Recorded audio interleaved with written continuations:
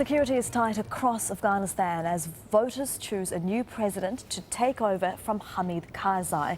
Despite threats of violence from the Taliban, there has been a steady flow of voters turning up at polling stations. This election will see the country's first ever democratic transfer of power.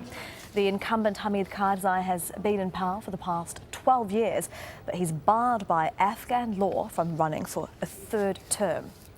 8 candidates are competing to replace him, including Abdullah, who ran for president in 2009 but lost to Karzai.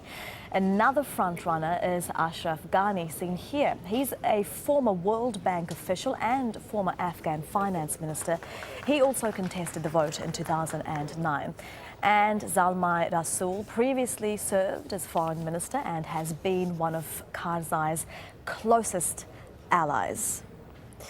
Let's cross now to our correspondent Bernard Smith, who's in Kabul for us. So how's the day shaping up, Bernard? Well, despite the cold, rainy, damp weather here in Kabul, there is a significant turnout to vote, as far as we understand. We've been around, or my colleagues have been around looking at some polling stations this morning.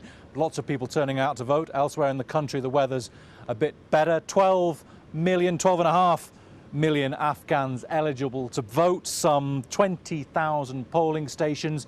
This is the first time in the history of this 5,000-year history of this country that there's going to be a democratic transfer of power. So many Afghans, despite the threat from the Taliban, are keen to take part. And I'm joined by Haroon Mir, who's going to be with us all day watching this election unfold. Haroon, what's going to be the most significant decider on whether this election is free and fair?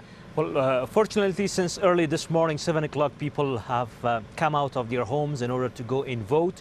We are not seeing Taliban attacks. There are some sporadic attacks around the country, but it's not impacting people's participation. And this is a good indication that this time the election is different from the previous elections and people are willing to vote because they will pick a new leader, and that will be the first time that we will have a peaceful transfer of power in Afghanistan.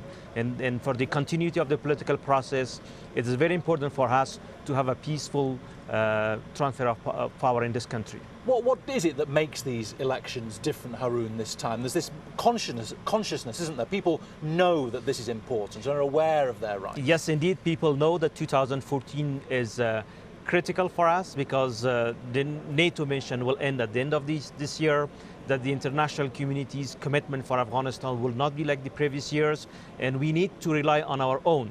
And this is why people are taking the pain to go out, despite the rain, despite the serious threat from the Taliban, to make sure that the political process will continue, because otherwise we will fall back to what we have witnessed during the 1990s, civil war in Afghanistan. We know that our enemies are still very strong, the Taliban, Al-Qaeda, and some other elements in the regions. They don't want stability in Afghanistan, and I think this is a good message of the Afghan people to them, that they want to make an important decision today to pick their next leader peacefully and democratically, which is very important for us.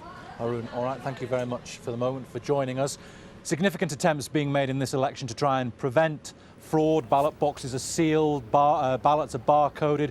But already from one province, we've had a senior police officer and a security official arrested after they were found with 5 stuffed ballot boxes. And the Interior Ministry has just been giving a briefing about attempted Taliban attacks around the country. There have been a few, but thankfully nothing too significant at the moment. Back to you. Thank you very much. Thank you for that, Bernard. That's Bernard Smith joining us from Kabul.